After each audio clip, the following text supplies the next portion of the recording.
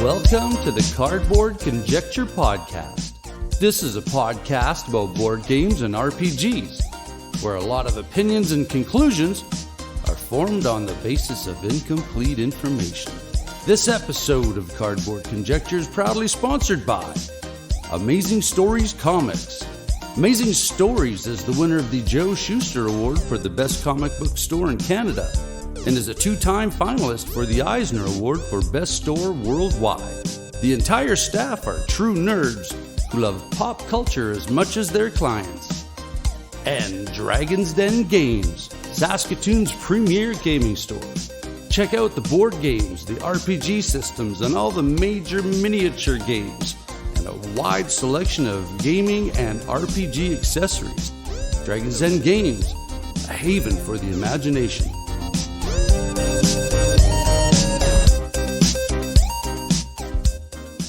Hi there, I'm your host Norm, and this is the Cardboard Conjecture Podcast.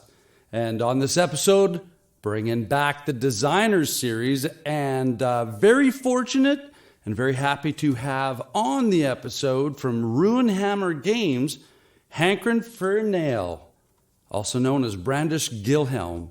And you're going to find out why that's kind of funny, on me.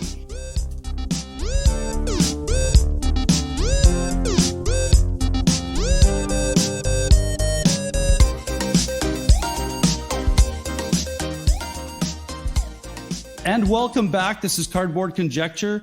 I am fired up. I can't tell you how much I am ready to just start talking, but I have to give some context because this is an episode of the Designer series. And typically I have board game designers on, and I thought, there's times where it's RPG and it's TTRPG. And I'm thinking, hey, we're sitting at a table and we're being social. Check, good enough for me. So I opened up the range of my choices of who I wanted to talk to, and through the discovery of what I'm doing with my instructional design ideas and trying to teach other teachers new ways of bringing cool stuff to the classroom, I wanted to do collective narrative storytelling ideas, and of course I got to do my homework, and I stumbled upon probably one of the most creative and,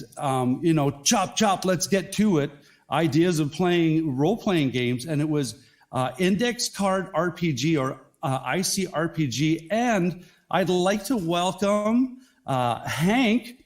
It's Hankerin Ferinale, like you're hankering for an ale. Hankerin Ferinale. Oh my God, I just got it. It takes time for some people.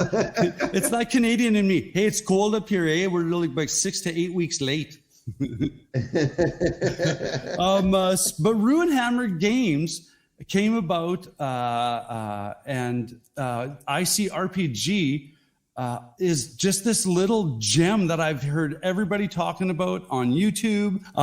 But what the benefit was is it allowed me as a avid and chronic D&D player to step back and go, well, there's more choice than just chocolate ice cream, and just open it up. And man, I am so glad that I came across you and Runehammer. So Welcome, introduce yourself, let us know what's going on. Nice to be here. Well, Hankerin Ferinale is one of my many, monikers. People who play a lot of D&D often have many different names from over the years, and they kind of stick with you. So my real name is not Hankerin Ferinale, but I am generally Hankerin Ferinale. My real name's Brandon, and I am known for writing Index Card RPG, and Runehammer has several role-playing things you can look into if you want. I've also done some fantasy novel stuff, some card game stuff, and I write horror short stories, and I just am sort of a writer and artist. My background is mostly in the video game industry, where I was a concept artist and sort of creative director for many years. And that's me. So cool. If you look up the word Runehammer, you'll find me. I kind of really own that word. Well, we'll back up a bit because you basically gave us that whole movie trailer run through. I'm a big fan in my conversational interview process. I'm a big fan of that whole let's establish all the issues that we had as a kid, because that's basically going to framework how we deal with our life. Okay. Prepare for some. Yeah, here we go. So, first things first. Born and raised Philly? Oh no, not at all. Not at all. I am a child of the world, really. I was actually born in Guam, if you can believe it. Oh wow, cool. And I've moved around kind of all my life. Not like every month or something, but yeah, the longest I've ever lived in one place was probably the Cascades outside of Seattle, where I lived almost 20 years. That was the longest I ever lived in one place. So usually I live somewhere about 3 to 5 years, and then the sort of the call of adventure kind of summons me somewhere else. So I live in Philly right now, as many folks know about me, but I've only lived here 3 years. And I think we're kind of getting ready to go back to the Cascades for a little while and regroup in the forest and decide what the next adventure will be. So, yeah, I kind of move all over all the time. Cool. And that's interesting, because as you're talking about that, and me being a teacher, did my homework. I watched a lot of your AMA YouTube stuff just to get this whole breadth of, what I can talk about and what I can put together in my head. And that is very reminiscent of what I've seen on your projects, because it's not like you sit down and lock in and go, I'm going to have this one idea and it's going to be the big tree root or the big trunk of everything. You're like, I want to go here. I want to play over here. This sandbox looks fun. I don't want to go in this sandbox. Absolutely. And that's absolutely how my brain works right now. Yeah. And I think it's actually a lot of people are that way. I think it's just not as many people have the freedom and the luck and just the sort of the fortune to chase their nose around. But I do think a lot of people kind of dream about it a little bit, and their brains kind of run away with them like that. I think just sometimes adult life can make that difficult. Yeah, I think you're much like me in the idea of being creative and having a lot of things on the go. That a friend of mine kind of not accused me, but went, "Oh yeah, well you procrastinate a little bit," and my wife goes, "Nah, he incubates." Yeah, there, I love it. Right, because all of a sudden I'll be writing something down. All of a sudden it'll be like, she just says, it's like a meerkat just pops its head up and then runs away. Because I'll go into the garage and then start carving an idea and then stop and then come back in right. So I see that. Bell goes off. Yeah, it's like Pavlov has his way with me. So talk to me about. Let's get straight into that whole design, creative, that Venn diagram of when my professional-ish life overlaps my hobbies. And because we got to know the origin story of your RPG I think everybody comes from a D&D root. I don't actually. Okay, well, they're perfect. Yeah, I mean, if you want to talk about playing and like the RPG hobby aspect of it. Let's start there. I started in the early 80s, and I started with GURPS and TMNT and Rifts. And kind of kludging those together, Shadowrun 2nd edition. And we did all that for years before I really, honestly, even knew D&D existed. I actually played Fantasy Hero long before I even knew like the phrase Dungeons and Dragons. I think I found out about D&D mainly from the cartoon. And even then the cartoon was already kind of old. Yeah. I somehow missed it, but I didn't care because I was into all these other weird ones, which at the time didn't seem. That's why I always feel a little funky when people mention old school, is because to me old school isn't D&D. It was actually like I think of Rifts as really, really old school. But we played in that kind of world. We played in a very, psycho Gorman kind of I don't know, anthropomorphic animal cyberpunkish kind of world. For a long time before we just found out about like sort of mainline fantasy. and put like Tolkien and role playing together. And then we're like, and mainly at the behest of like my sort of mentor D&D, he's a guy named Dave.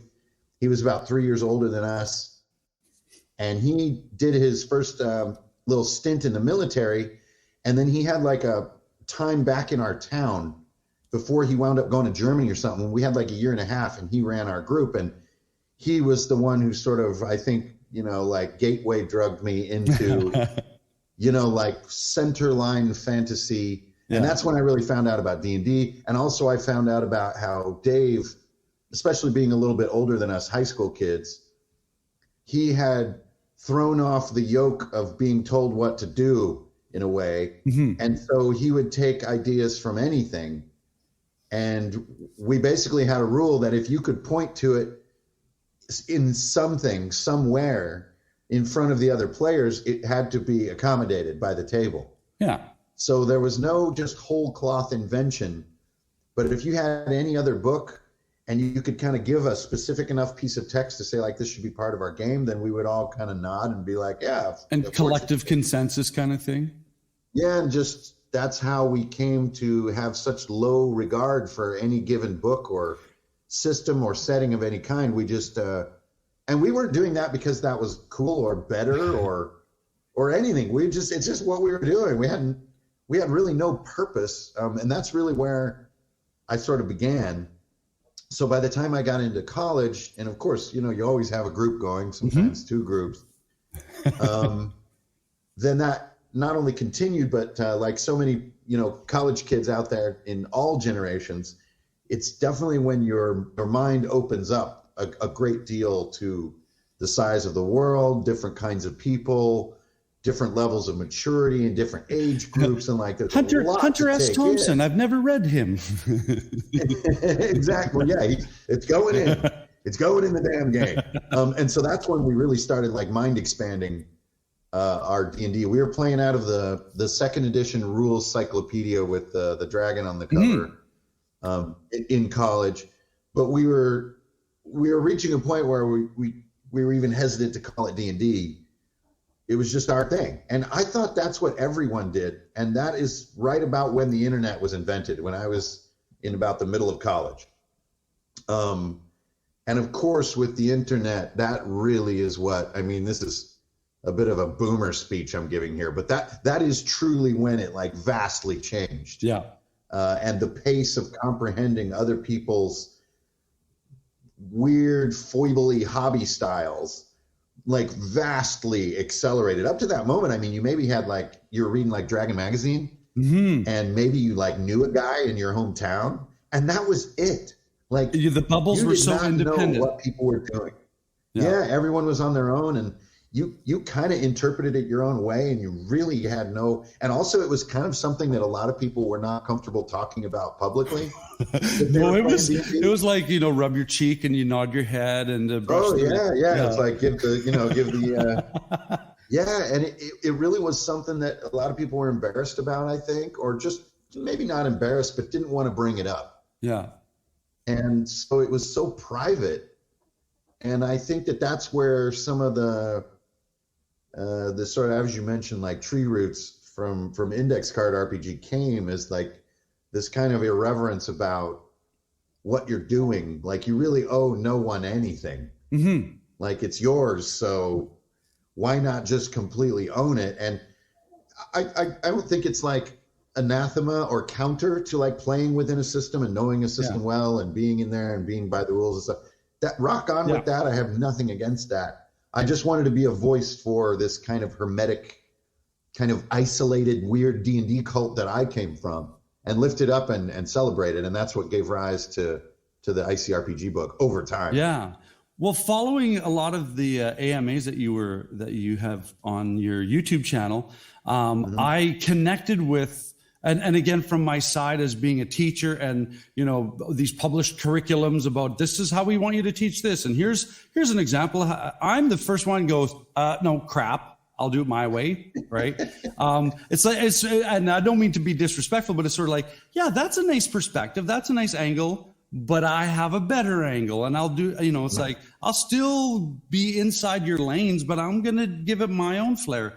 And I totally agree with your ideas before about the book isn't the rules. The book is suggestions. And if you want to, like you said, if the table wants to divert and create a consolidated idea, like we'll get into the game system, because I love how you conceptualize a lot. It's sort of like taking here, instead of this huge formula of you attack with this number and here's the whole let's just conceptualize it, and you're close enough, let's go and roll, right? I mean, let's get straight into that, because I think we're dancing around the edges of this thing. So talk about, when you finally decided, hey, this is a solid idea, let's put this out there, because it's, as you just said, you've play tested it for decades now, right? Well, I think not this, but the journey of trying to find it, was going on since I was a little kid. The incubation of it. You're not procrastinating. I had a very long egg timer on this bad boy. This meerkat could not find the surface for a long time. It's frozen. But I guess the real turning point, we did, and none of these ideas are really new per se, but we did turn a big corner in which we divided things into dice. And we found that a lot of our dice were getting neglected, and we didn't like that. And one of the things that we did, and this was long before I even thought we were working on it, I have no idea what we're doing. We're just doing what we do. And so that's when kind of like, when you have crummy implements or no implements at all, you're kind of doing a D4 of whatever it is you're doing. But if the guy next to me is trying to read a book, he's getting D4 progress per turn, and I have like a magnifying glass and like a magic ring that helps me read Orcish or whatever, then I'm like making like D8 of progress per turn. And we're both reading the same weird Orcish book. Yeah. And that little leap that we did of like divvying the dice into categories and sort of echelons, thinking of everything being damaged, like every task you do is kind of being damaged by you in a way. That was definitely a huge turning point. And the other one was I was working on the first series of index cards when we were in the sort of the Oculus VR circuit for conventions for a little while. So I was one of Oculus's kind of like beta testing sculptors for the development of the 3D sculpting in Oculus. And so I was kind of cruising around doing that. And conventions are horrible. So in the interim of what I'm supposed to be doing, I'm just drawing all these funny index cards with no purpose. I don't know what the hell I just had a Sharpie and some index cards. But then in time, I started thinking, man, this resembles a lot what I do when I'm GMing. Like, it'd be cool if you actually kind of let go of a lot of the gridded map and kind of, well, there's mushrooms in the corner of the cave. And like, I got some mushrooms on an index card. And that is like such a silly, like very democratized little piece of free thinking that anyone can have. But if you treat it with enough trust, I guess that's when that real turning point happened. That's when my egg timer finally went off. Yeah. And I did hear a bell go off, and I was kind of like, oh my goodness. Like, there was another big moment of, just to finish it up, of Adam Coble was doing a video, and he found himself flat-footed while hosting a game. And he literally like put like a triangle on an index card and slapped it on the table and said, that's where the mountain is. And then he looked around and he didn't have what he needed, and he drew like this horrible looking bat thing, which is like a dragon. And he sticks that on the table and he goes, and this is about where the dragon is.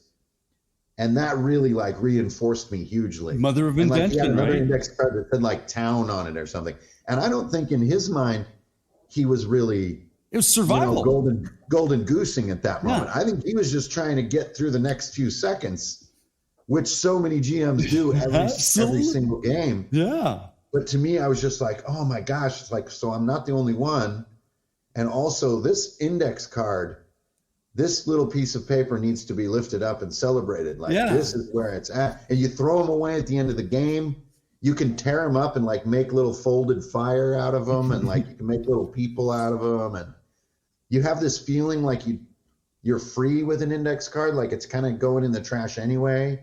And people seem to relax when you put an index card in front of them. Like all these little things are all very silly, but when taken in combination, and then you sort of name yourself after them, then that really puts them out into this like little, spotlight of like glowing light, where it's like, and there's like index cards. And that was kind of the birth of like, would it just be plain silly to name an RPG after the index card rather than after some kind of cool fantasy castle or something? And I'm like, yes, I think it would be cool. Yeah. And what just blew my mind was the point where it's, for me, from design, there's a threshold, a tipping point where practicality and just straight out, popping chrome and bells and whistles on, where there's this need versus wants, right?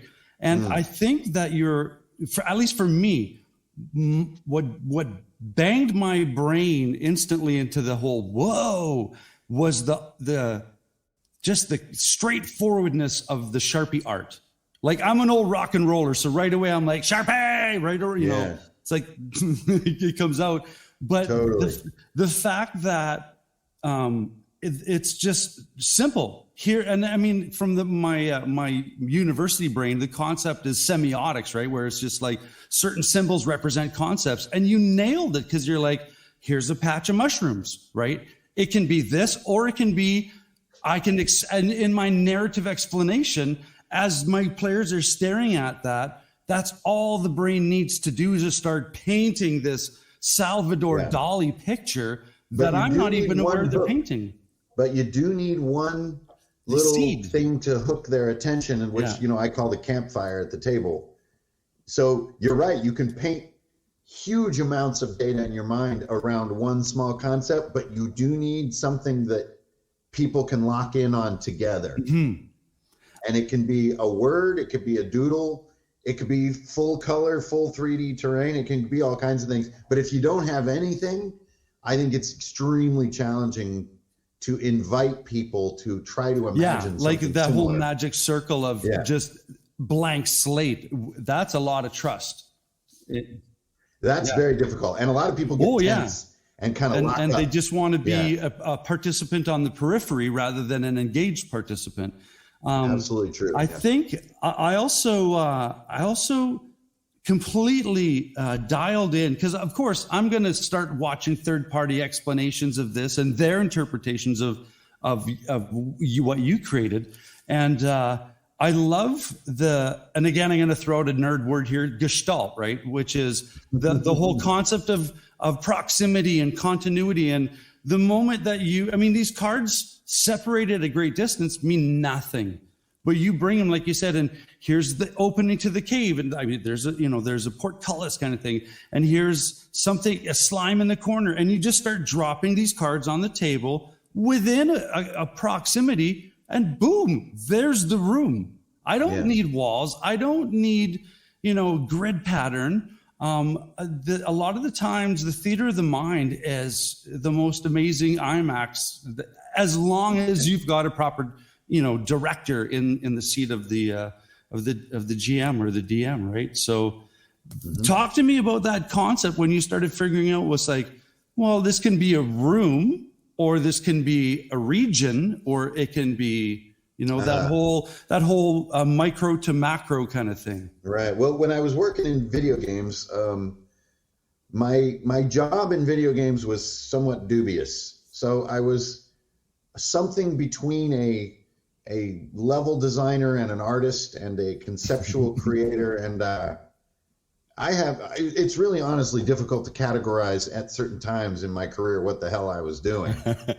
But I can tell you that within one day, I would think at the macro level on maybe, like some levels in video games, for example, are frustrating to run around it. Some are pure butter, like, ones in, say, Quake or something, or Halo, where they're really buttery to run around in. There must be rationale of why that's true. And a lot of it is, of course, like Vitruvian architectural kind of principles and heady concepts like that. But a lot of it is also like, if I look to the left and I see a door, I tend to think there should be one on the right, and like just playing on instinct. So that would be sort of on the large scale. And then on the tiny scale, you'd have something like a settings menu in a game. Mm-hmm. And really, these two things are the same thing. They just need to be comfortable enough for the person to learn in a split second and make a decision that they want to make and get the hell out of there. Yeah. That's what you want to do, both in a shooter level or in a strategy level or whatever, and in a menu. And so the menu is kind of like being in a tiny little booth, and they're like these little buttons that you're going to push to get different types of food pellets or something, right? But then, a level is like, I don't know, like a basin where there's a battle happening. And when you do enough of these drawings on dry erase boards while people are watching you in these kind of awkward corporate interactions, you do that enough day by day, you start seeing it all kind of the same. It all just feels like, don't overcrowd spaces with shapes. Don't present too many options. Don't worry about the bounding box because no one cares. What they care about is the candy in the middle. Yeah. And like, don't waste your time on details that are on the backs of things. And all these kind of funny principles that really just come from speed and convenience and fatigue, to be totally honest. I mean, but over time, they start to feel very, very similar. And that's where I started kind of using the word room. So in my mind, a room was literally a room in a dungeon, which we're all used to. There's a treasure chest on the far side, and there's something weird in the ceiling. Okay, great. There you go. That's a tiny little concept. But then in my mind, also a room could be like, the Battle of Minas Tirith. So we're trying to cross this huge, crazy battlefield, but are we really going to go out and kill like 10,000 orcs? No. Really, it's just a big room where we're going to run across to the treasure chest and the ceiling looks weird. It just happens to be a war. Yeah. But they're the same. And I think that idea of a room really started having results in my 5e group that I was running in like 2015 or so, 2014. Yeah. And we were playing 5e. It was brand new. And it was so fun because like the monster manual had just come out. It's the only book we ever really cared about in 5th edition was the monster manual. And we just wanted to rack it up. We wanted like the Girl Scout badges for killing the monsters out of the new edition of D&D, right? So let's knock them down. Ping, and so, ping, ping. And just move room to room. And what's a room? Well, I don't want to go through a dungeon forever. And so we started kind of mixing that up. It was sort of in a Monster of the Week kind of spirit. And that's when, again, it started really like gelling, like all these different ideas were definitely gaining a ton of momentum at that time. Yeah. To me right away, as I going through even your as I said prior to recording, I went to drivethrurpg and it was just like, and pay for and put it in the cart and put it in the cart. I have the master edition. I've got Vigilante. I put a whole bunch in my cart and I started going through it. And even in the book's layout, the way that you speak, there's a lot of less is more philosophy. Right? I hope so. Yeah. Yeah. With the art, let's talk about the mechanics of it. I mean, you stripped it, like started like the abilities. When I went watch the abilities thing, I'm like, why am I putting 17 and 16 and 8? No, I don't care about that. It's irrelevant. And you talk about finally let's ditch this and only go with 6. Here you go. Yeah, again, these are, I appreciate it. I hope that's what the work accomplishes. Cut to the chase, yeah. Again, a lot of it comes from utility and fatigue. I don't think anyone at my 5e table was sitting around thinking, let's come up with a brilliant alternative to these attributes. I think it was instead like, a lot of people accidentally write their actual stat really big because they're like proud of it. And then their bonus is super tiny. Yeah. And every single turn, it costs them a tiny amount of cognitive fuel Oh, yeah. to jump from one number to the other. Now, I know that's a tiny amount of cognitive fuel, but over the course of years of playing, you start to get a little cranky about it. And what you do is you just write the +3, and in time you wind up drawing like a little orc with weird shoes, and you accidentally draw it on top of your strength, and you forget what your actual strength stat is, but you damn well have the bonus written there really big in red. And I think over time, we just started saying, I fuck my stat. I just don't care. Yeah. I just want to know what I'm going to roll like right now. Now, is that like a brilliant design idea? I don't know. But if you're working on fatigue and if you're working on utility and like sort of a sanding off the burrs, so to speak, that was one of the easiest decisions to make, because it's just like, I understand that it grants more resolution to a highly detailed player who's tracking experience, and you're journeying toward the next bonus click. Yeah. It's not that that's hard to understand. I just feel like that amount of detail, again, is sort of on the back of things in what you're doing. Is it cool to have there? It might be cool to have there, yeah, especially if you like a lot of detail. But at our table, it was just causing fatigue. And so we're like, you know what, you guys, I think from this day forward, we don't have stats anymore. All we have is our bonuses. And if you want to upgrade your bonus, when you level up, just ask me. And half the time I'll say no, and the other half I'll say go for it. And I mean, that's kind of what we do anyway, right? Everybody's just nodding and, like finishing a beer. Well, and it was interesting because I looked at your target number is everybody starts off with 6. You put them wherever you want and as many as you want. And of course, right away, I'm like rewinding. Okay, all the characters I've had, what has been the average range of their bonuses? And I'm like, oh man, 5 to 8.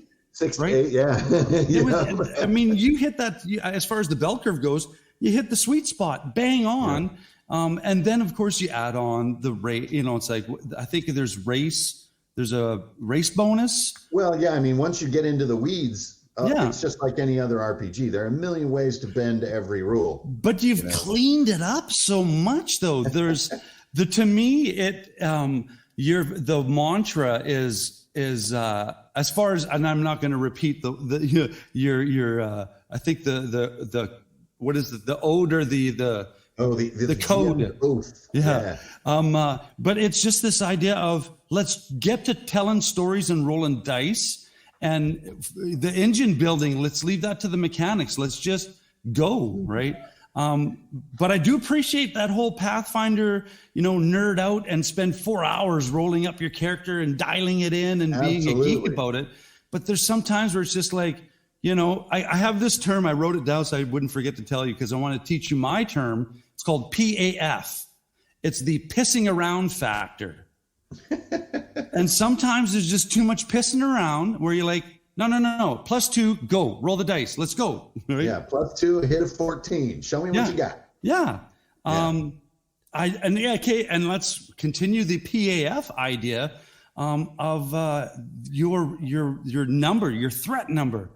I thought that was genius. Tell us about that. Yeah, so in ICRPG, all the different target numbers that you may be rolling on in a given scene are the same. So in a great deal of RPGs out there, in any given scene, you've got some things that are easy and some things are hard, and some monsters, maybe you're fighting a group of monsters that have a leader, and so that leader has different target numbers that you're going to be rolling to hit and stuff. And all that detail is cool, but in ICRPG, in any given scene, there is a single number that all of your rolls will attempt to hit, whether you're trying to roll Constitution to hold your breath underwater, or you're trying to roll Dexterity to shoot a spear gun at the merman underwater. They're both going to be rolled on the same number. It's just known as the target. It's displayed really big out in the open for all the players, so it's never a question, and again, doesn't consume cognitive fuel. And so with that fuel savings of what's this guy's AC again? What's the DC on this swimming roll? I was like, those are cool details. And for some people, consolidating those feels a little flat. And I love that critique. But for many others, and mainly us, I was just writing from what we were doing. I wasn't really trying to make a manifesto here. We found that the scenes would often play out in much the same ways with similar levels of difficulty without the unnecessary pissing around, I guess I should call PAF, it. Yeah. The path. And we also found that the more we knew what we were needing to get at any given moment, that the higher the anticipation for getting it would grow. So if you find out a split second before you roll a dice that you're trying to beat a 15, you only get a split second to be excited about that. But if you know for your entire turn that when your turn comes, you're going to be rolling +3 on a D20 to try to beat a 15, you're dying. Yeah. You know it. You're soaking in it. You're waiting for it. You're probably thinking, well, what are my chances of not making a 15? I mean, they're pretty good. It's definitely in my favor, but and that's good. Tension.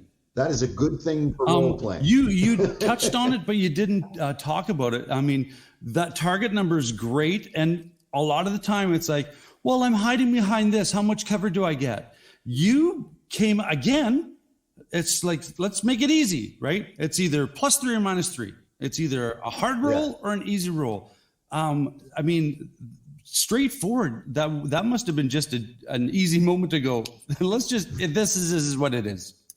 Yeah, I think it was my friend Evan McMahon who built a robotic flamingo, but that is a different story. But he had a funny way of putting things, and I think he used to refer to that stuff as non-relevant increments. And so non-relevant increments are like a +1. So if I've got a piece of cover on this side of the battlefield that you can hide behind, and I've got a slightly larger piece of cover on this one, and this one offers +1 cover, and this one offers +2. It's just not that relevant. It's not like, I have one more digit than you do. You don't feel it.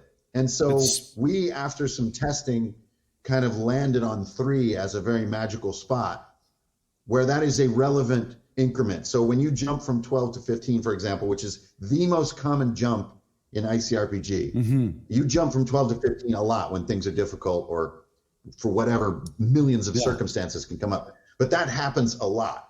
And that's painful, especially if you have your whole turn coming up to think about that different. You know that this roll is going to be hard.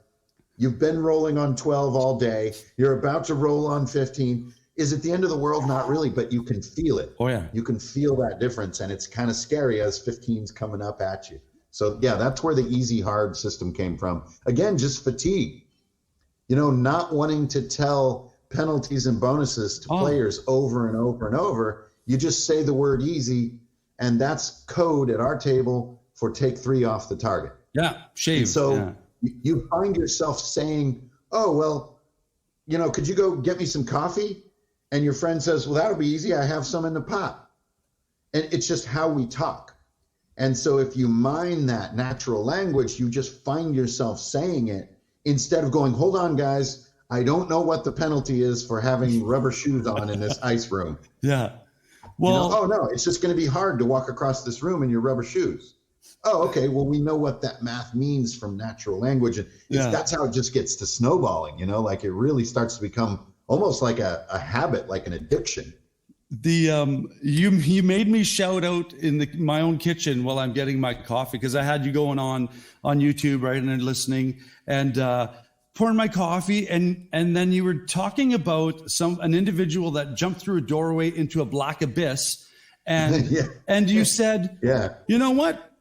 Let's just roll. You're either alive or you're dead. And I went, finally, it's just like, let's just shave 20 minutes of like going through charts and this. It's like, here you go, odd or even, roll it. Yeah, well, we use a D6 as a yes/no dice. Yeah. So 1, 2, 3 is always no, and 4, 5, 6 is always yes. And you can ask even the most brutal questions to this dice. If it's kind of, you get nods around the table. you can't be ridiculous about it. Like, oh my God, Yeah. But if you say, is this fall survivable? And I say, I think we should flip for it. And then you just look around the table. If everyone's nodding, then it's a reasonable idea. And then you realize the guy that's plummeting off the side of this thing, he has to roll the D6 and answer, is this survivable? So you do not want 1, 2, 3 to come up. Like, that's where, again, that knowing what you need to roll comes up. And the longer you can delay that roll, the worse and worse it gets. And then finally somebody says, damn it, just flip the damn coin, dude. And, then you roll it. And so we answer a lot of questions for that. Anytime I kind of don't know the answer, we'll consult the yes/no dice. Just talking about what had happened with this idea, to me, it just reinforces the concept of what you've stumbled upon generates excitement. I mean, I just want to roll dice and have things crazy happen, and and let it fall where it falls. Because I think I'm going to adopt with my group that whole. I'm going to paraphrase, and you can correct me, but if nobody dies, there's no story, or something. Oh, sure, yeah. Well, ours is, if there's no death, no death, danger's not real. Yeah. So it's just, it's sort of like, everybody gets a participation ribbon. No, we're here to create some crazy, experiential moments. And I think that just that whole cutting to the chase part, I mean, that's that conceptualization. Let's get rid of the Excel spreadsheet and just, what are we dealing with here?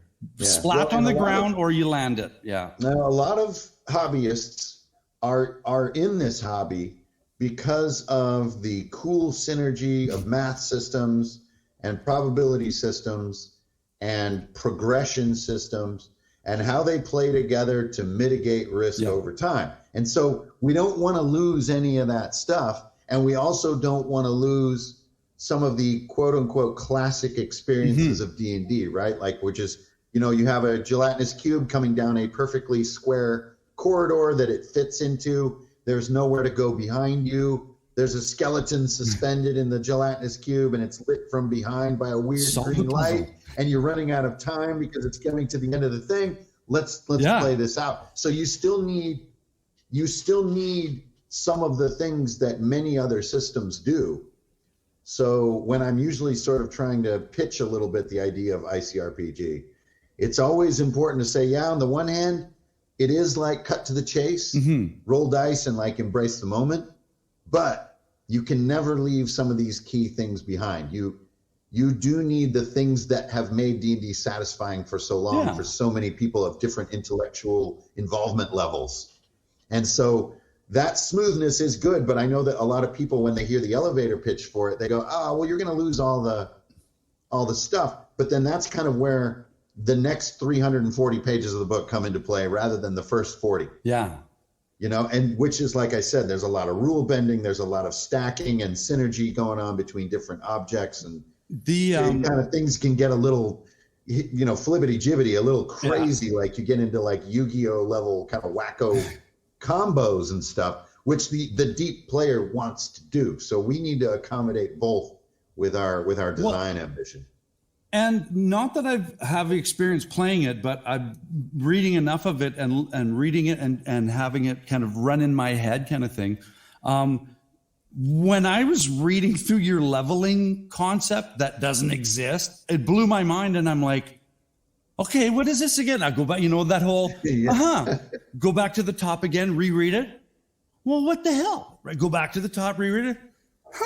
And then it just dawned on me that it's not thresholding, it's growth that creates your development. And talk to us about loot. Right. So in modern times as well as ancient times, a lot of game designs were really driven strongly by what you had, not who you were. Yeah. And so you may remain relatively the same person, but you're really chasing equipment.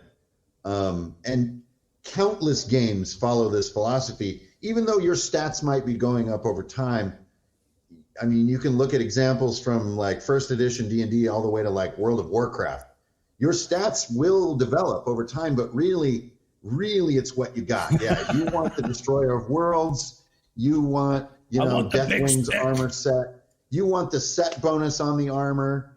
You want Rings of Protection. Yeah. There's a matching helm. Yeah. Now, is it bad that, maybe you got 2 more strength than you had at the beginning? Hell no. Rock on. But the idea of using loot as the key form of player growth, I think has like 2 real values to it. One, it's just so easy to comprehend. It's just so damn easy to understand. Here's a little list of maybe 4 things you can choose as you're leveling up. Which one do you want? Boop. Yeah. And they can bump stats, they can bump hit points, or they could be like a cool sword or whatever, a ring. Yeah. And your 10 and 10 rule. I love the 10 and 10 rule because it's sort of like, yikes.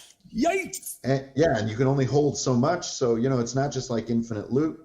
And the other thing that it does that people will only notice later when they play is offer what something like modern D&D honestly can't offer, which is your progression is not a line, it is a wavy line. Yeah. Because monsters and environments and situations can actually rob you of some of your most precious equipment. And so you actually do lose a slight amount of progression in certain moments, probably in the process of risking great danger to get even better equipment. That's very similar to the way Diablo is designed. You are hoarding great equipment, and you'll have moments where you can't get back to your loot pile, and that's when you throw your controller. Because now you have to go back. You're on that wavy line. You got to go back, and you got to start that whole damn thing again because they've all respawned because you want to get those stupid boots. So ICRPG really wanted to bring that in and embrace that. And so, again, from fatigue and from utility, we stopped using experience ages ago.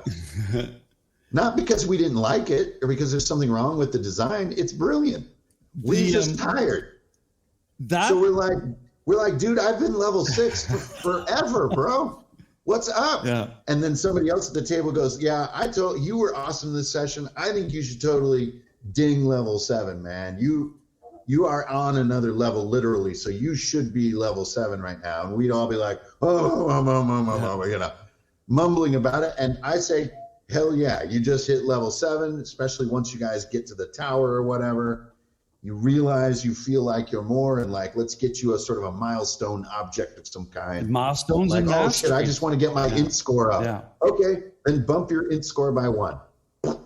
There you go. Yeah. And I know a lot of people do this. A lot of people. I just don't think it's necessarily in a ton of books in a presentation that has really stuck. But I know tons of people do this. Yeah. Well, they don't want to add up and divide experience. Yeah. I want to bend towards, because that just kind of piggybacking on that idea of, manipulating or reinterpretation, defense.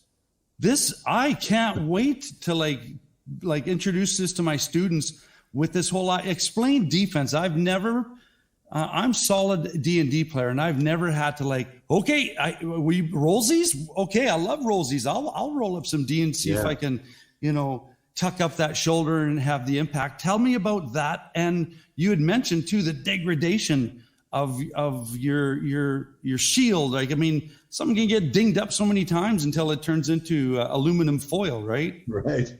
Well, one of the bigger, I wouldn't call it a change, but kind of it was worded better by reader request in Master Edition, was, we're working with all these bonuses, right? And so defense is the amount of armor you have, each little piece giving you a little bit here and there. And maybe you have an intrinsic defense bonus as well, just because you're kind of quick and evasive, whatever.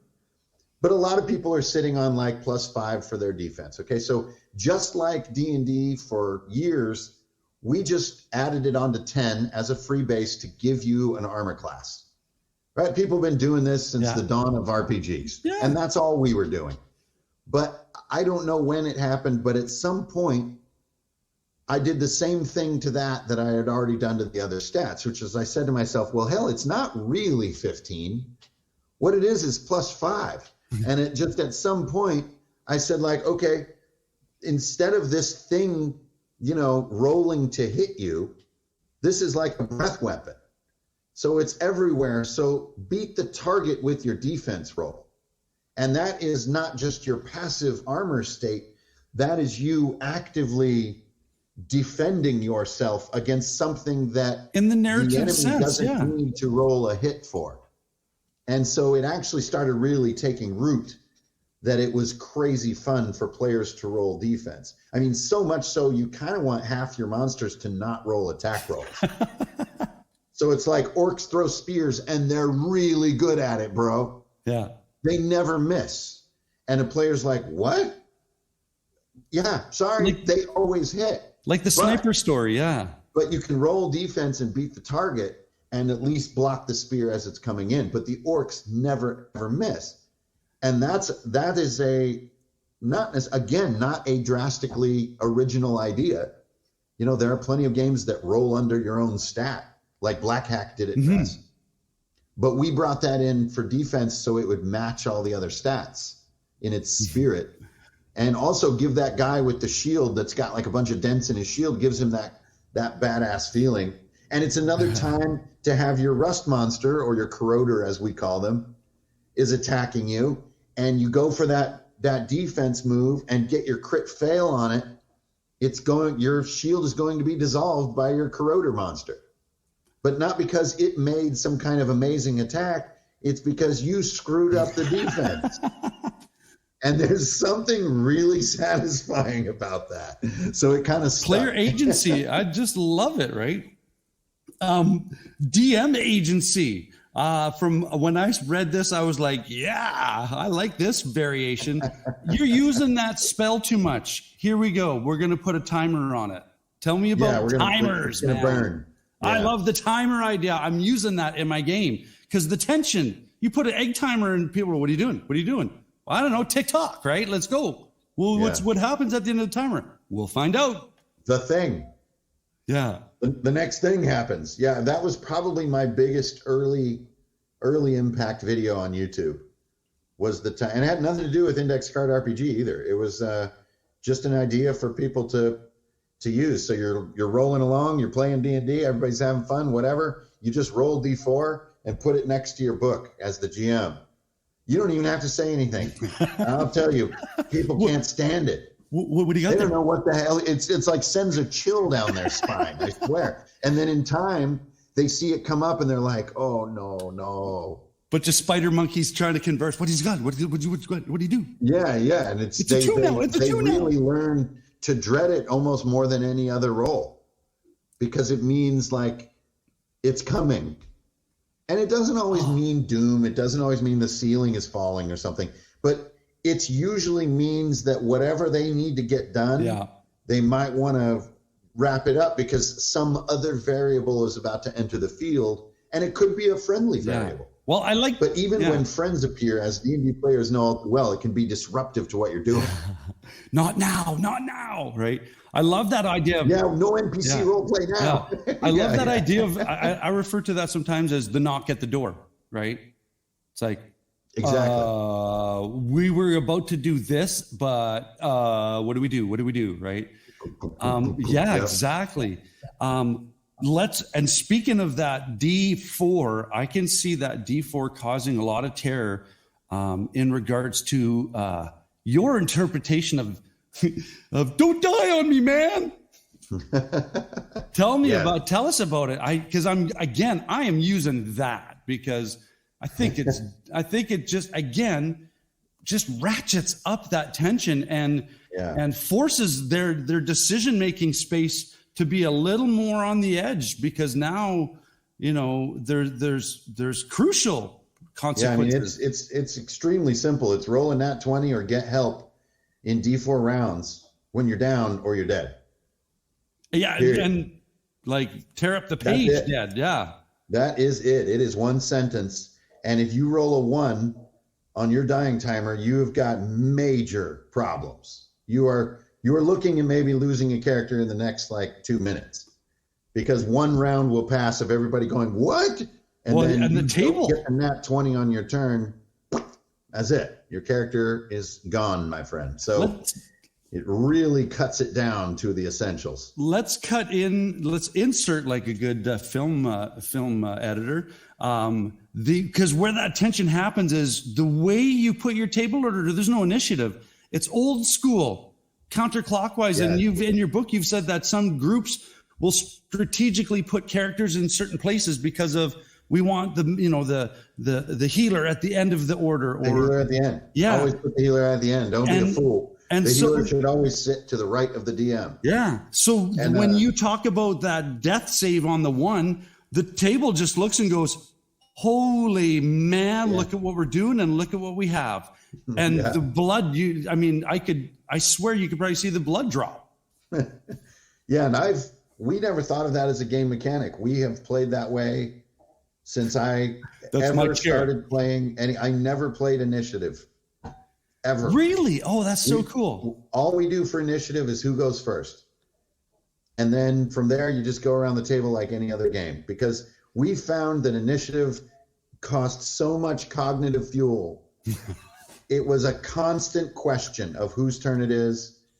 The GM always looked flustered. People were always getting skipped, not in any fault of their own. No. It's just because it was a highly variable and highly detailed system, which for some tables, they rock on, they got their Post-it notes or whatever, and they can handle it, and great. But for us, we always got confused. So the moment someone would throw in a reaction, ICRPG, we really try to cook it down. Yeah, so we just played around the table. Yeah, sorry I cut in over top of you, but for me DMing, the moment someone throws in a reaction to something, all of a sudden I'm like, okay, write down where the hell we are, because I will lose track, right? Yeah. And that just contributes to my adoration of the simplicity of, the PAF. You're trimming the fat off of this thing, right? Well, and by the analogy of the piss around factor, I really like to have it very syncopated. So it's like when you're at the table, it's highly intense for probably a shorter amount of time. And that intensity also makes you want to take a bathroom break and literally get away from the table and waste some time that way. Check your phone, get a pretzel. Yeah. Then sit back down. And then again, you kind of like zapped into it, and working in shorter, more intense increments with more deliberate breaks away from the table, rather than I'm sad to say what I see very often, which is a blending of the two. Mm-hmm. Where people are kind of at the table, but dear Lord, are they tired? Yeah. And they're like, they've been there for hours and they don't know when they get to pee, and they're looking at their phone, and they clearly have like lives and families that they need to, acknowledge. And then that stuff's important. And so I think that syncopated vibe, like a board game, can really help the real life aspects of the players, for them to stay energized, because you're not slogging through these extremely large and sometimes convoluted experiences, expecting everyone to be like the whole time engaged, listening closely, which is hard for anybody, even the most engaged person. That's tough. So I think like I'm a school teacher. I get it. There's glazed over, and they're just, I don't want to be glazed, but there's just, this is 50 minutes of lecture. You have a wizard turn that's longer than the previous encounter. This is a perfect transition into what I appreciated from the perspective of being a DM, and from the perspective of an instructional designer, is your game master, like the DM section or your GM section. I loved the way you laid out, like you've a literal mapping of card to card, what each card, as far as plot points, referred to in regards to the arc, or the, as you said, the up and down of what this session is going to be. And I love your idea of plan one session at a time. Even if you're out of a campaign book, right? one session at a time. You don't know where it's going to go. I mean, you might have an idea, but yeah. Tell me about the way that dropping the cards where you just saw connectivity and it dawned on you, because from a teacher that you've just created a unit plan and how to get through the big arc of a concept, right? And I thought it was just, without being told what you did, I thought it was like awesome. You stumbled into one of the, a solid model of instruction. Yeah. Oh, I do a lot of stumbling, so I'm getting pretty good at it. Been there. But I mean, I think that method really has come from many sources. One of them is called the circle method, but it's also known as like the Taika Waititi method. He has publicized it greatly, which is basically having a thing like, a glowing skull. The MacGuffin. And in my mind, I'm like, glowing skulls are so cool. Oh my God. So I just write that on a piece of paper. What is this glowing skull? I have no idea. Don't worry about it, bro. Just chill out. Okay. Yeah. Then the next thing I'm like, I like fantasy where there's like a wagon chase and like, there's a guy like falling off the wagon and a guy like, hits a guy and he goes flying off a cliff off the side of the wagon and stuff like that. And then the wagon hits a log and jumps and everybody goes, whoa, I love that. Okay. Well, let's put wagon chase on this piece of paper here. So now I've got my table and I'm like, let's see, glowing skull, wagon chase. I guess they're riding this wagon to the glowing skull because it's definitely the goal. Yeah. And then you just begin to place concepts in there, and the concept of riding the wagon to the skull is not on those pieces of paper. That was you just connecting them. Mm-hmm. And that's why seemingly random ideas can be perfectly useful to develop complex concepts if you just let yourself follow your own impulses. So believe in what you think might be cool. Well, hell yeah, I love glowing skulls. There is one. It's inside of a big, oversized Gothic temple thing, and there's like a frozen skeleton guarding it because everybody wants the glowing skull, right? I mean, it's like the prize of the realm. So my players hear that some bad guys are going to get it. They can't get there in time because the boat is, being repaired. And so they get on this janky wagon and they're heading to this thing and they're attacked by minions of the bad guys on the way. And then they kind of this whole wagon chase thing. They get there, they go in, they got to fight the big skeleton. Bang, they've got access to the glowing skull. But of course, they're all sucked into its eye sockets and they go into an alternate dimension. And that's next session. And so it's just like, what the hell?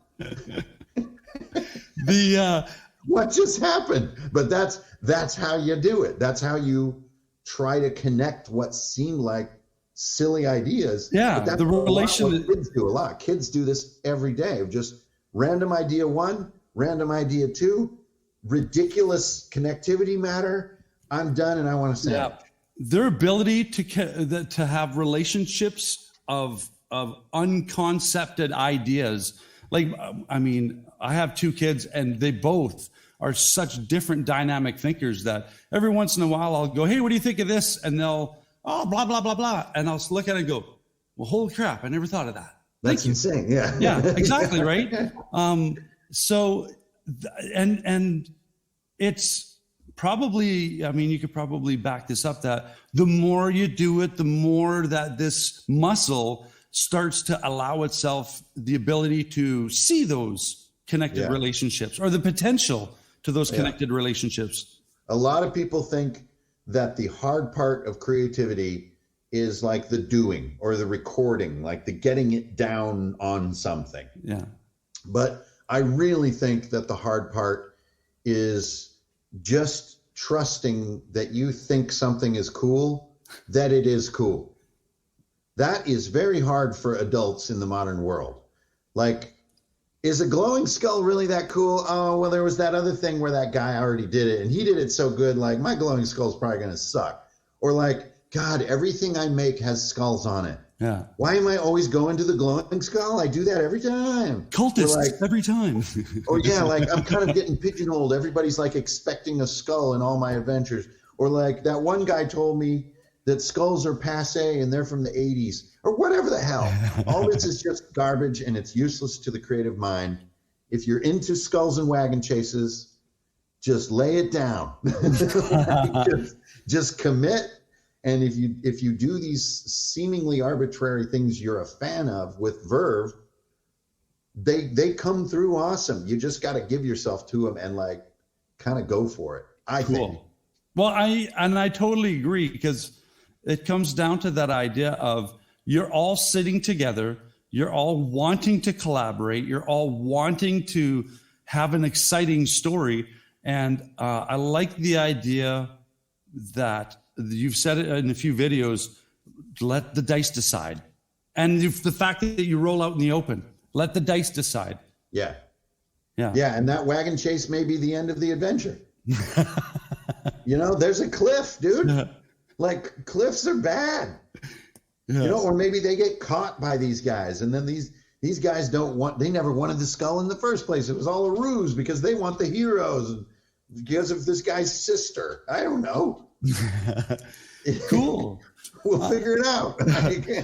I'm just looking at the clock and I'm thinking I could keep talking because I just love this genre, and but I got to wrap it up because it's getting late on your side of the East Coast. Before we start to wrap things up, if anyone hasn't clued in yet, we're talking about the fantastic ICRPG. I was going to say RPG, but then ICRPG, and there'd be just too many letters. But index card roleplay game. Originally, I found it on drivethrurpg, but you have your own shop now. And this is the perfect time for me to pass this to you. And I mean, talk about, I so want to download Hardsuit because it sounds so cool. Oh, yeah. And quickly hit on, Hardsuit, Viking Death Squad. Oh, man. And Runehammer I've been publishing things as Runehammer for 7 years now. And so you can get a lot of what I make on drivethrurpg. Just search Runehammer. Yeah. It'll bring up everything I make. You can also go to Runehammer Online, where Runehammer.online, where I put up kind of my favorites for direct purchase from me. So it's maybe harder for people to find like my unique website, but it's my like little store. So it's kind of a little special kind of side area. And then I'm also published by Modiphius, who publishes Conan and Fallout, and Dune and others. And they've given me worldwide distribution. So you can get my highest quality book, which is made by them. You can get it retail. You can get it on Amazon. But also on DriveThru, you can still get yourself a hard copy book. But I've put a very, very affordable paperback book on DriveThru. So if you don't like PDFs, but $50 hardbacks aren't your thing, you can get a quite cheap paperback version of Master Edition. With basically, it makes me no money. It's just there so people can have either handout copies or get maybe 3 copies for their table or whatever. So there's a lot of ways to kind of dive into it. Also, while I'm plugging sites, we just put up ICRPGcommunitycontent.com. Ooh. And that is where you get all the top player-made adventures. And you also get a huge heap of free stuff for playing on Roll20 or whatever VTT you might use. There's like a zillion tokens. There's 400 index cards that are all now free. There's a ton of like print and play paper miniatures that are all free. There are templates to build your own stuff that kind of make it look like ICRPG. The whole thing's free. Nice. And then everybody else's creations are all consolidated there, so you can see what everybody's up to. But it really, and yeah, I have other RPGs out there too, like Viking Death Squad, which is kind of a Black Sabbath kind of crazy land, and all kinds of other. I know people who will love that. I gotta give it to them. Hardsuit is kind of the campaign I'm just wrapping up now, but it's a book you can also get. It's like these sort of crab-like. This technology is kind of like what crabs are made of, but it's these sort of drivable armor suits. When I saw when I saw your shape, I thought Fifth Element. The aliens. Yeah, like those crazy guys in the beginning of Fifth Element have a bit of that vibe. Yeah.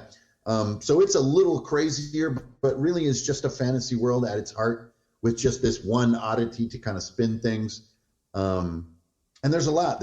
We have a great cyberpunk game called Altered State. We have a kind of a Red Dawn style high school kids versus alien setting called Bearcats. There's all kinds of little treats to discover out there. And even in the Master Edition of ICRPG, there's four different worlds or 5 different worlds. Yeah. So yeah, it is a big book. I mean, it's brilliant. A lot of books consolidated into one book is why it's called Master Edition. It has fantasy, sci-fi, superheroes, Ice Age. I want to do the Ice Age. and one other that I probably always forget. Is the cowboy space? Oh yeah, and Ghost Mountain. Yeah. Ghost Mountain is literally a mountain in Arizona that is ripped off the earth by Satan himself, because he's looking descent into Avernus kind of thing. Yeah, and it's pulled into purgatory pretty much, and all the people who are trapped on that mountain can kind of never die until the sun goes down, and the devil and God are kind of vying to see what happens to this little sort of, I don't know, it's kind of a Charlie crazy Daniels Western parable kind of world. Charlie Daniels going on in my head right now. No, totally. Yeah. And that one is very widely played. Very weird kind of vibe in that one. Very Christian, I guess. Is it just me, or are there kind of third-party add-ons? Because I saw that there was a magic book that you could get with the ICRPG. Now, is that you, or is that other designers who brought in their ideas? In the early days, some of the readers wanted a more in-depth magic system that was really what a lot of people who play Wizards are more used to. Vast numbers of spells and ingredients and items that intercombine to create more powerful magical research and growth. And so originally I came out with the magic book. It was played quite a bit, but then in Master Edition, it includes the overhauled and improved version of that book, the whole thing inside Master Edition. Yeah. So having thousands of people table play it for about 3 years really did a huge favor to the magic sort of supplement that's included in Master Edition. I want to pump up the Master Edition just from my own knowledge of the PDF, because not only do you get the Master Edition, you get 2 character sheets, portrait landscape. You get a little cutout minis, like little 2D kind of standees. Hundreds of them. Yeah, and I thought fantastic, because like you just said, hey, sometimes it's just a card. Here we go, and this symbol represents that. Let's let the story own it, right? The PDF also comes with all the adventures that I published up until Master Edition. So it's 120 pages or so of adventures that I wrote for Index Card RPG. So they range from super simple little things to like attacks on flying ships, or there's one where there's a giant insect thing that's walking over the landscape. You need to get inside of it, and it's kind of like a moving dungeon. And there's all kinds of crazy stuff in there, and it all kind of bundled into a big mess. And anybody out there who's looking to get into this and is experiencing financial trouble, and even $15 can be expensive, just email me. It's hankerin.ferinale@gmail. Email me and I'll hook you up. Oh, dude, that's so awesome. Wait.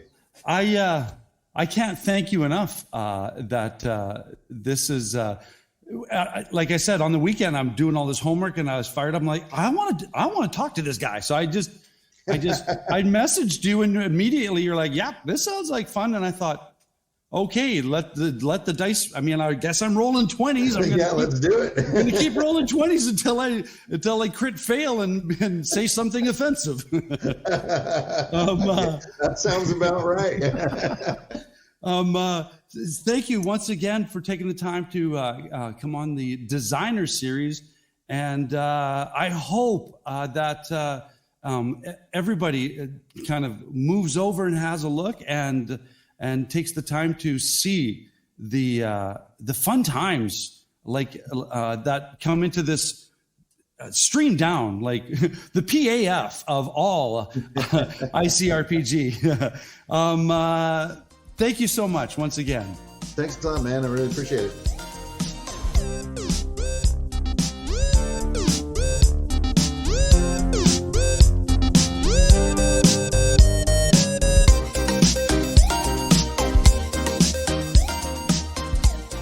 That was such a fun interview. Thank you very much, Hank. And the Designers series, I love getting the opportunity to touch base with these individuals. I love speaking to creatives.